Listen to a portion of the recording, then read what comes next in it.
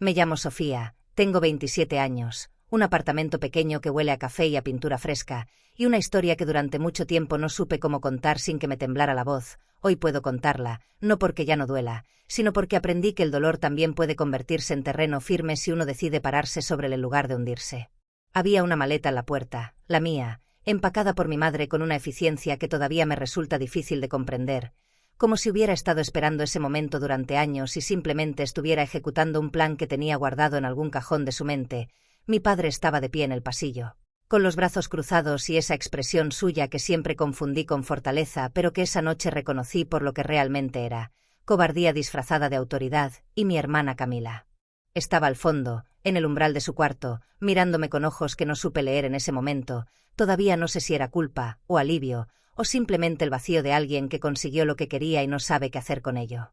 Mi madre dijo: «Es mejor así», esas 3 palabras, como si echarme de mi propia casa fuera una solución, una cirugía necesaria, algo que iba a curar algo, y mi padre no dijo nada, que en esa familia siempre fue la manera más eficaz de decir todo. Tomé la maleta, no lloré, eso fue lo que más los desconcertó, creo, que no lloré. Salí, la puerta se cerró detrás de mí, y afuera estaba la noche, fría y enorme, y yo con 27 años y una maleta y el corazón funcionando apenas, como un motor al que le queda poco combustible pero que se niega a apagarse. Para entender cómo llegué a esa puerta, hay que ir mucho más atrás, hay que ir a cuando éramos niñas y ya el mundo dentro de esa casa tenía reglas que nadie había escrito pero que todas conocíamos de memoria. Camila era 3 años menor que yo, y desde muy pequeña aprendió que ser frágil era una forma de poder. No lo digo con crueldad. Lo digo con la precisión fría de alguien que vivió al lado de eso durante 24 años y tardó demasiado en ponerle nombre. Camila lloraba y el mundo se reorganizaba a su alrededor. Camila tenía miedo y todos corrían a protegerla. Camila quería algo y mis padres encontraban la manera, siempre, de que lo tuviera.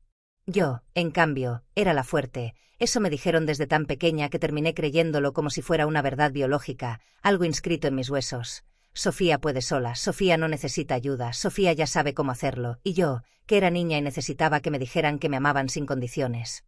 Aprendí que mi condición para ser amada era precisamente no necesitar nada, aprendí a no pedir, aprendí a resolver, aprendí a ocupar el menor espacio posible para que Camila pudiera ocupar el suyo sin restricciones.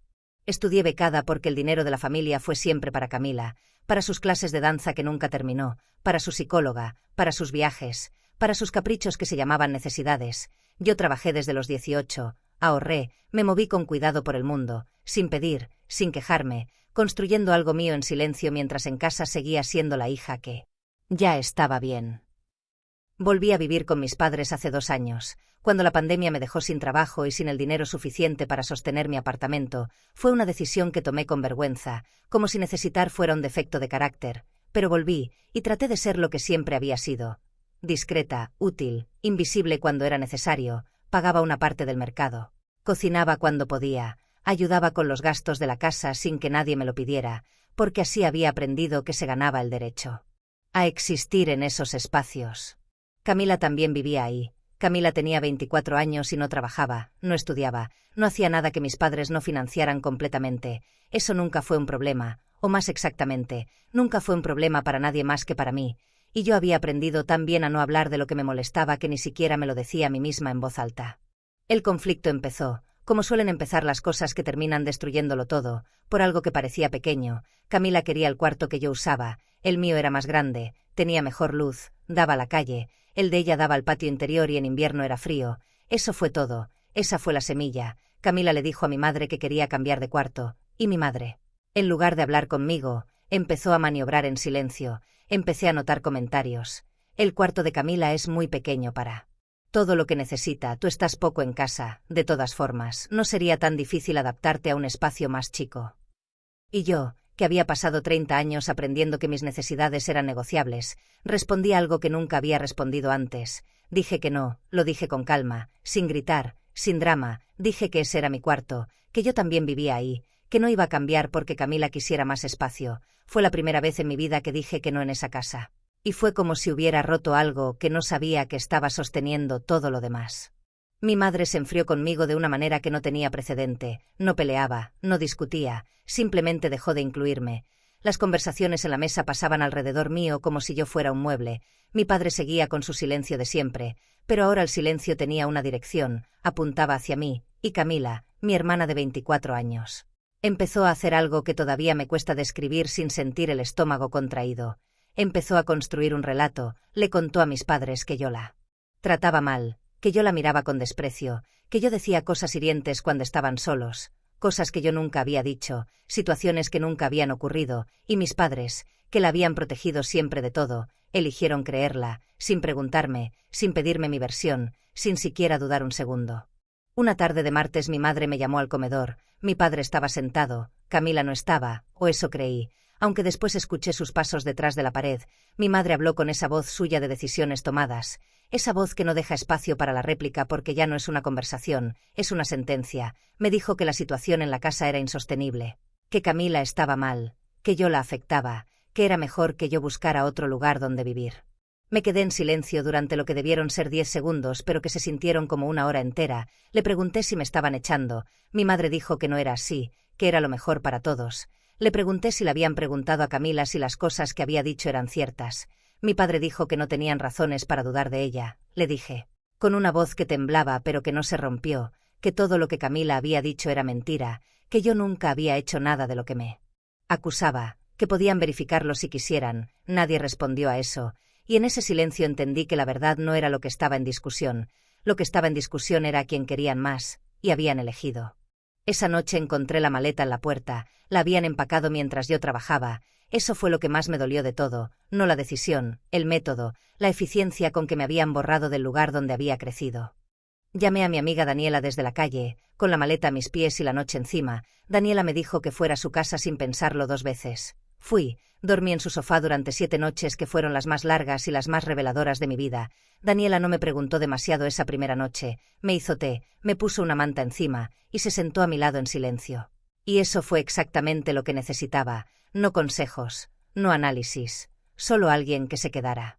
Durante esos 7 días no llamé a mis padres, no escribí, no pregunté nada. Por primera vez en mi vida dejé que el silencio fuera mío, no el que me imponían sino el que yo elegía. Busqué trabajo con una urgencia tranquila, sin pánico, como si la crisis hubiera destapado una versión de mí que era más clara y más firme que la que había vivido agachada durante años. Al 3er día conseguí una entrevista, al 5.º día me confirmaron el puesto, al 6.º día encontré un apartamento pequeño, justo, del tamaño que necesitaba, con ventana grande y luz de tarde y olor a pared nueva. El 7.º día sonó mi teléfono. Era mi madre. No habló con esa voz de sentencias, habló con una voz que no le había escuchado en muchos años, quizás nunca, una voz que tenía fisuras, que dejaba pasar algo parecido a la duda. Me dijo que Camila había confesado, que había inventado las historias, que mis padres lo habían descubierto porque Camila, en una pelea con mi madre por otra cosa completamente distinta, había dicho algo que no cerraba con lo que había contado antes, y al tirar del hilo todo se había deshecho. Mi madre dijo que lo sentía, que habían cometido un error, que querían que volviera. Me quedé escuchando todo eso con el teléfono pegado a la oreja y algo extraño pasando dentro de mí que no era satisfacción ni rabia, sino algo más parecido a una tristeza tranquila, como la lluvia cuando ya no asusta sino que simplemente moja. Le dije a mi madre que la escuchaba, le dije que me alegraba de que supieran la verdad, le dije que no iba a volver.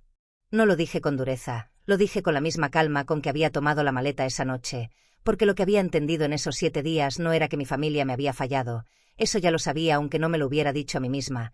Lo que entendí fue que yo había estado esperando durante 27 años que me eligieran, que me priorizaran, que me miraran como algo más que la hija fuerte que no necesita nada, y eso no iba a ocurrir, no porque fueran malas personas, sino porque la dinámica que habían construido era demasiado vieja y demasiado cómoda para ellos como para cambiarla por mi bienestar. Mi madre lloró, le dije que podíamos hablar, que podía haber una relación, pero que tenía que ser diferente, que no podía volver a ser la de antes, que necesitaba que me trataran como una hija y no como un mueble que se mueve cuando estorba. Ella dijo que sí, que claro, que lo entendía. No sé si era verdad. No sé si las personas cambian de verdad o si simplemente aprenden a actuar de manera diferente cuando tienen miedo de perder algo, pero le di la oportunidad, no por ellos, por mí. ¿Por qué? Cargar con el rencor era demasiado pesado y yo acababa de aprender que tenía derecho a soltar lo que pesa. Con Camila fue diferente. Con Camila tardé meses en poder hablar sin sentir esa contracción en el pecho que te avisa que todavía estás en terreno peligroso. Cuando finalmente lo hicimos, en un café, con las 2 manos alrededor de nuestras tazas y mucho silencio entre medias. Me dijo que lo había hecho porque tenía miedo. Miedo de que yo fuera a quedarme y ella iba a seguir siendo la de siempre, la chica que necesita demasiado, la que llora, la que no puede sola. Me dijo que me había envidiado. Siempre, que le parecía que yo tenía algo que ella nunca iba a tener, una especie de solidez interior que ella buscaba y no encontraba, y al intentar quitarme lo que tenía, lo único que había conseguido era demostrar exactamente lo que más temía de sí misma. No la perdoné ese día. El perdón no funciona como un interruptor, funciona como una planta que crece despacio si la riegas con honestidad y con tiempo, pero la escuché, y escucharla fue el primer paso hacia algo que todavía no sé cómo llamar pero que se parece a la paz. Hoy vivo en ese apartamento pequeño con ventana grande, me despierto sola y eso ya no me asusta, tengo un trabajo que me elige por lo que sé hacer, tengo amigos que se quedan cuando llamo, tengo una relación con mis padres que es más honesta que antes, aunque también más distante, y estoy aprendiendo que la distancia a veces no es una herida sino una forma de cuidado. A veces pienso en la maleta en la puerta, en la eficiencia con que me empacaron, y pienso que quizás esa maleta fue lo mejor que me dieron, porque salir de esa casa con ella fue la primera vez que me moví hacia mí misma en lugar de moverme para encajar en el espacio que otros me dejaban. Soy Sofía, tengo 27 años, y por fin vivo en un lugar donde nadie decide cuánto espacio merezco ocupar.